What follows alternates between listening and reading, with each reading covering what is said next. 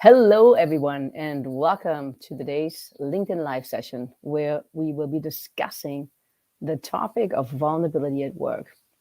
Specifically, we will be exploring how and why being vulnerable can actually benefit you in your career and within the workplace. So, let's get started by addressing the elephant in the room, vulnerability. For many of us, the idea of being vulnerable can be really uncomfortable and perhaps even super intimidating. After all, vulnerability is often associated with weakness, insecurity, exposure, potential judgment, and often criticism. However, in reality, vulnerability is and can be a powerful tool that can help you build stronger relationships, increase the trust that you have, support your teams, build authenticity, and ultimately enhance your career growth and success. So, today I want to cover a bunch of different areas and subjects that have to do with vulnerability. One of them is why. Why is it actually important for us to be vulnerable? What is it to be vulnerable at work? And then give you some examples of how you can actually be vulnerable at work. So, why is it important and how can it really make a difference for us to be vulnerable at work? So, I mentioned a little bit in my introduction, but let's take a deeper look at all the way it makes a difference. So, for starters, when we're vulnerable, we really can create deeper connections with people at work. And oftentimes, if you think about it, we really spend 40 hours a week, if not more, with our colleagues. I know that COVID and working from home has changed a lot of things, but you're still interacting with people. And although you might not be seeing people physically, there's still the opportunity to be more open and to be vulnerable, to let people know what's going on. And through that bond and that deeper connection that you have, it will make it easier for you to carry out some of the assignments. And oftentimes, when there are difficult assignments and you need to ask the people at work to change things or to give them feedback, that deeper connection will assist you through the difficult times. Second, we can deal with uncertainty better when we're vulnerable. So there's a lot of uncertainty in the world right now. Things are changing all the time. And whether it's a war, whether it's epidemic, or there's changes in the economy, when we allow ourselves to be vulnerable, we can at the same time receive greater support, which means it's easier for us to deal with uncertainty. Right now, I'm coaching a lot of companies that are dealing with layoffs. And there's always that period of, wow, I think we're going to lay off people. And then I'm worried if it's going to be me. And then there's the actual layoffs that occur. And then there's the aftermath of people adjusting to who got laid off and who didn't get laid off. So when we are having strong relationships, it's easier for us to deal with that uncertainty. Three, I wrote down what happens when we're vulnerable at work is that we build trust with people. And you all know this. You know, we know who the people are who fake it. We know who the people are that are not authentic. We know we can identify the people that we can't trust. So why not just be open and be vulnerable? Because it's obvious that the people that aren't able to do it are not necessarily the people that you will want to have deeper relationships with. I often laugh about this because we think we're so in disguise about what's going on with us, and that people don't identify it when we're stressed, but they do know, because we have a certain way that we carry ourselves, or perhaps our language will be different. So, if you can, just be out and about it and let people know what you're dealing with and what you're challenged with. Number 4, it really allows for excellent teamwork. When we're vulnerable and we can allow ourselves to be open to the things that we're not good at, especially our weaknesses, then the team becomes stronger. A team is just as strong as its weakest link. meaning that if there are some competencies that the team doesn't have, or somebody thinks, oh, Barbara,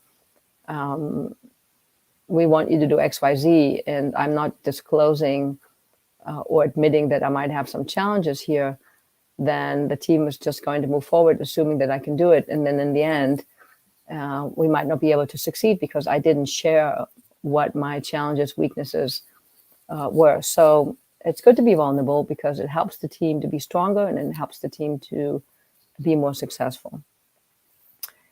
For a company, from company point of view, there will be less turnover. So because people will be happy at work, they will feel more seen. Sometimes the sort of belonging and the sense of teamwork and appreciation that we're not getting at home, we can actually get at work. So we shouldn't always assume that all of our coworkers or the people that we work with, whether it's our bosses, direct reports, have a perfect, happy family life, and that all their needs are being met. It's not exactly like that. So when we can create an atmosphere at work where people can be vulnerable and can relate and have strong relationships, it actually might not just benefit them from a productive or from a productivity point of view, but might actually really give them a lot of personal satisfaction. And last but not least, and I think this is implied, is that there's less gossip, there's less negativity, because people are allowing themselves to be seen, and they are addressing that. So I don't have to go around, or I don't have to talk about, what's wrong with Joe. He seems weird, because Joe himself has told everybody, listen, I'm going through a difficult time. Maybe there's something that happened at home, and it makes it easier, and Joe can actually get some support versus people standing at the water cooler, wondering what's going on with Joe. So these are some of the things of why it makes sense for us to be vulnerable. We have deeper connections.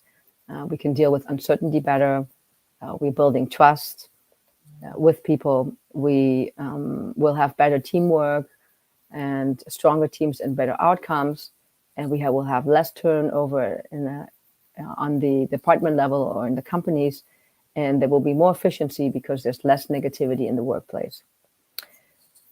So perhaps I should have talked about this at the beginning, but let's talk about vulnerability. So the dictionary really describes it in a very negative way. And when I look at this, the dictionary says, and I'm reading here, it's susceptible to physical, emotional harm, or a person who's in need of special care.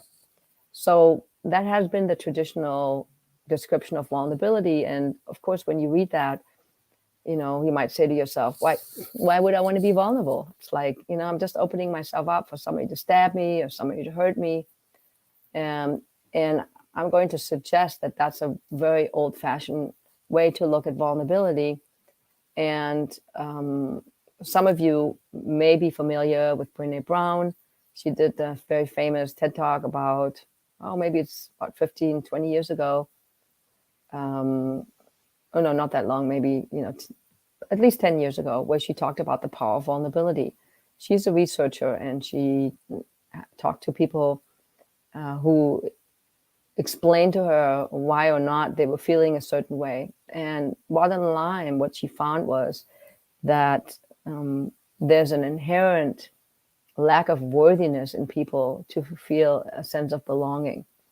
And if you think about this and you expand that, not just belonging in a sense of belonging to a family or belonging to an individual in a relationship, you will quickly see that that also means belonging at work.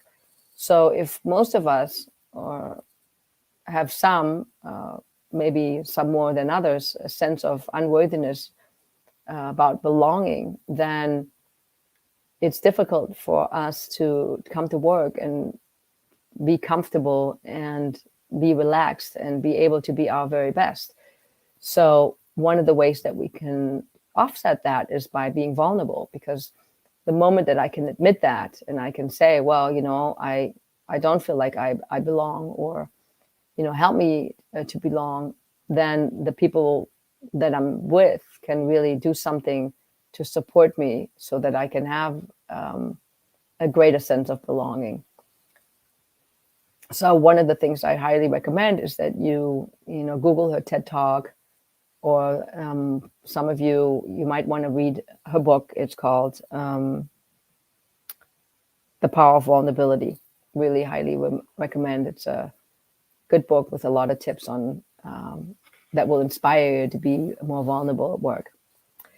Okay, so what does that mean, or what does that actually look like to be vulnerable at work? So oftentimes what it means is not to be the expert. It means that we can ask questions. We don't have to have all the answers. We don't need to have the answers fast. So we can relax and just be ourselves, and let our coworkers know that, some days I might have more of the answers, or I'm faster, but not always will I have all the answers. And that's actually a good thing, because when we can come from a place of curiosity and allow ourselves to be vulnerable, then oftentimes really great solutions and answers are being found, because we didn't block ourselves off from them. So if you think about some of the inventions, they happened because we stumbled across it, where people did a million experiments because they didn't know what they were doing, and then they invented the greatest thing ever. For instance, a light bulb. I think Edison did something like 10,000 attempts before the light bulb was created. Second, you can own your own feelings, and you can express them in an appropriate way. So oftentimes what people think vulnerability means is that you fall apart and you start crying and you're like, oh my God, I can't handle it. And, life's over. That's not at all what vulnerability means. Vulnerability could mean that when I have a meeting, that I say to the group, hey, listen, I just need to get something off my chest. My mother was just admitted to the hospital, and I'm okay. I can handle it, but I just needed to, let you guys know, and so that I didn't have to conceal it and, hold it the whole time we were having a meeting. So that would be a way of letting people know that there's something going on with me, but I'm not falling apart. Oftentimes, a great leader will be able to express what he or she needs by saying things like, I'm dealing with something, and so if I'm not as communicative in the next, couple of days, know that I'm working something out. It has nothing to do with you, and here's how you could support me. Those are all things and signs of being vulnerable. So it really is not you falling apart and having a meltdown. Sometimes it will be that, but in very rare cases. And if it's that, and if I'm that vulnerable, then I will still want to manage myself in such a way where I will say, hey, listen, no, I really am falling apart, and I'm not functioning the way I usually function, and here's how you can support me. So even when we're in great emotional distress, I would say there's still that wraparound, and that we are able to manage ourselves and directing people, letting them know what we need. We want to face our fears. So we want to be open and say to people, this is what I'm afraid of. And I'm afraid of dogs. I'm working on it. And so if I'm going somewhere with people, I want to say, listen, today I feel like my fear is more upon me than other days. And it would be great if I could have somebody to, help me, support me, or, maybe I want to even go as far as saying, hey, does anybody know if there's any courses that I can take that will help me, deal with my fear of dogs? Or it could be something at work going on. Like oftentimes when there's new technology that is being promoted, or the company decides to change system, or, reorg, and change is coming, a lot of people are not always responding to that in a positive way. And just to say, hey, I'm really afraid of what's going on. I'm afraid of using this new system. I'm afraid that I'm going to fail, or that it will take me a long time to learn it. It's like, it's really okay to be open and vulnerable with that. And there's this famous quote from Marianne Williamson and Nelson Mandela later in his acceptance speech. use part of that is that when we can allow ourselves to be vulnerable and express our fears, we're really giving other people to do this permission to do the same. And we're vulnerable creatures. And so it's much more relaxing and refreshing if that is part of the workplace. So I gave you already a couple of examples, but sometimes I've had some really big stresses that happened to me before. I had a speaking gig, or I did a group once, I remember, and I think my mom had just gotten to the hospital, or I was in the middle of the coaching session once, and my partner tried to reach me, 4, 5, 6 times, and finally I, said I think I have to take the call, and my youngest child had just broken her leg, so I just had to share that and not be stoic about it and pretend nothing was going on, and just be with it for a minute, and then move back into my role as a coach and continue the conversation. But for those of you who know me, you will know that my style is to often reveal things about myself, because I think it's good to know that the coach is not perfect, that there are many things that I'm working on.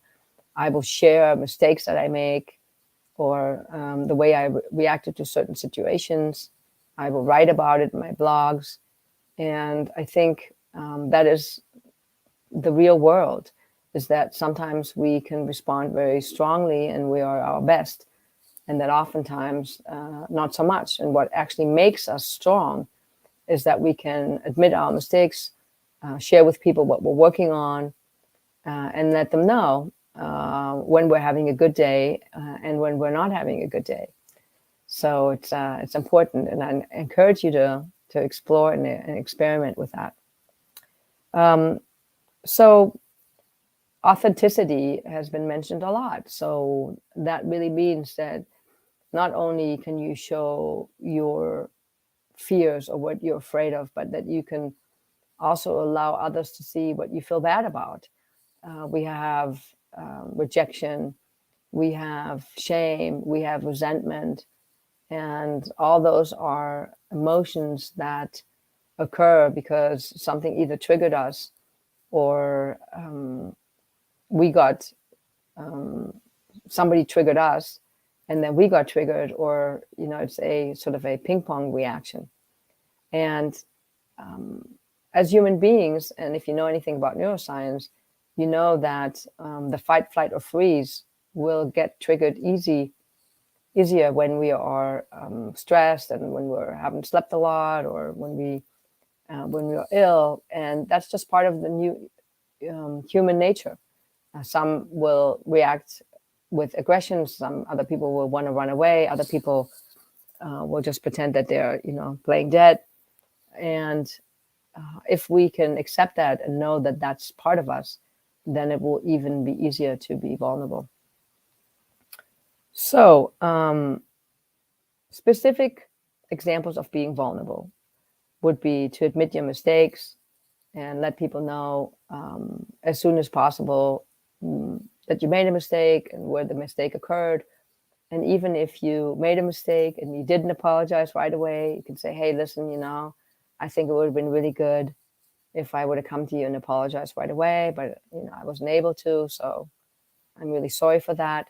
And all those things I encourage you to do without the guilt, the shame, and the blame, meaning no guilt, shame, blame whatsoever for yourself and for the other person. It's just like, you're working on things, you're working to make things better.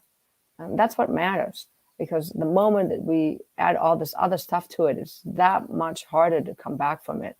So you just wanted to say, hey, yes, it's true. I dropped the ball on this, and it would have been great. It would have worked better if I came to you earlier and talked to you about it, but I wasn't able to for whatever reason.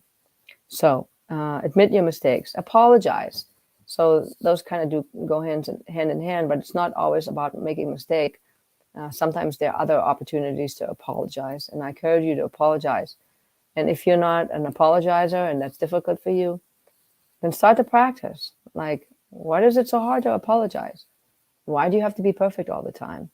After all, you're a human being. And one of the things I love to assign to my clients, especially the ones that are into perfectionism, is to make mistakes intentionally every day, to make a mistake. And I encourage them to make mistakes that are of little consequence. And of course, that's it's up to them. But to sort of look and see how they can expand their comfort zone and be more comfortable with making mistakes.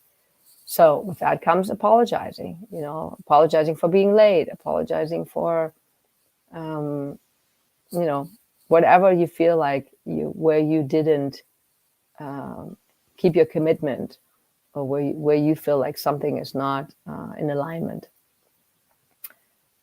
Discuss sensitive topics. So that's definitely one of the ways to be vulnerable. Like we like to, or some people tell me that they like to talk about the weather, depending what country you're from. So I live in Israel, and right now we talk a lot about Purim and the politics. And if you're from the United States, you talk a lot about sports and the weather. If you're from Germany, you're also allowed to talk about politics. So talk about sensitive topics. What is a sensitive topic to you? Maybe you can have a deeper, more meaningful conversation with people. And that could mean like, what are you working on? Or where do you have a challenge right now? Or, how do you deal with this change that's coming? Or what's your approach to that? You can have sensitive conversations without, offending them. And you, of course, can also share with them what things that are sensitive to you. Sharing risky ideas. So oftentimes, people don't want to share risky ideas because they're afraid that they're going to fail.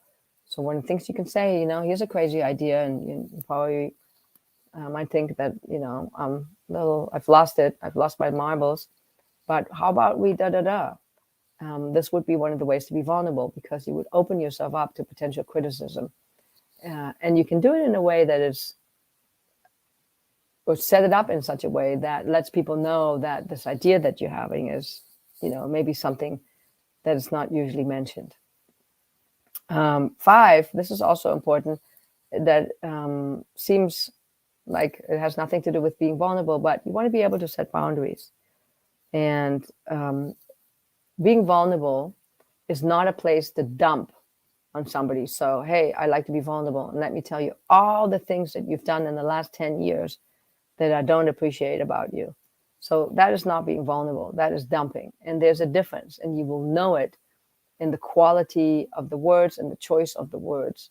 So you can set a boundary, and you can say, hey, listen, happy to be vulnerable with you, but I'm not open to you dumping on me without taking any responsibility for, what's going on in your emotions. So what you can't say, however, is that I'm struggling with such and such, and I would like some help. Or you can say, I'm incomplete with you about certain things, and I would like to complete that with you. And this is an exercise I also like to do with groups and employees, because oftentimes there are things that happen, and sometimes they happen a long time ago, and people are incomplete with them. And I have a recipe for that. You can, if you go into my if you go into my YouTube channel, and I'd love for you to do so and subscribe, and also like my videos, you will see that there's one video that I did about how to complete incompletions. And I take you through a step-by-step process, because it's easier when we have steps. So that would be one of the things that you could be vulnerable about, that you go to somebody and say, hey, I'm really incomplete about this thing that happened 3 years ago, where you were on vacation and I was left here alone, and, you didn't give me clear instructions. I felt lost and abandoned. But if you do that, what is important is that you actually do the prep work, and that you look and see what got triggered and how to deal with it, and so that you can be prepared to have the conversation. So those are some of the ways to be vulnerable at work. Let me just repeat: admit your mistakes, apologize, discuss sensitive topics, share risky ideas, set some boundaries, no dumping, and allow people to really be open, or you be open with them to share, and for you to share with them what you're struggling with or what is difficult for you. So these are some of the ideas and tips and thoughts about how to be vulnerable at work. What I would suggest that you do to make this a reality for you is to actually practice something. So don't do everything at once. Maybe pick one thing and say, okay, I am going to, this week, I'm going to 2 or 3 times bring up a sensitive topic, or I'm going to share with somebody once or twice this week something that I'm struggling with, and that you actually write it down in your calendar, or you make a note in your smartphone, and then you do it. And then at the end of the week, you look to see what difference that made in the relationship or within yourself. So I don't want you to have this notion that if you're starting to be vulnerable once at work, that will change everything. No, it's a concerted effort that you will need to make to change the relationship. The changing relationship is something that happens over time and not always at once. But you want to start somewhere. And with all of these webinars, nothing is going to change unless you actually practice. And you don't have to practice for a particular goal. You can just say, I practice to practice, and then just see what happens.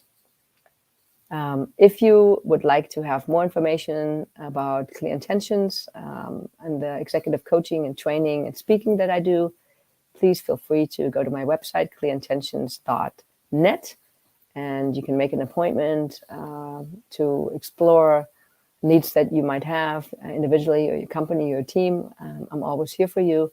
And with that, I wish you a wonderful day. Take care.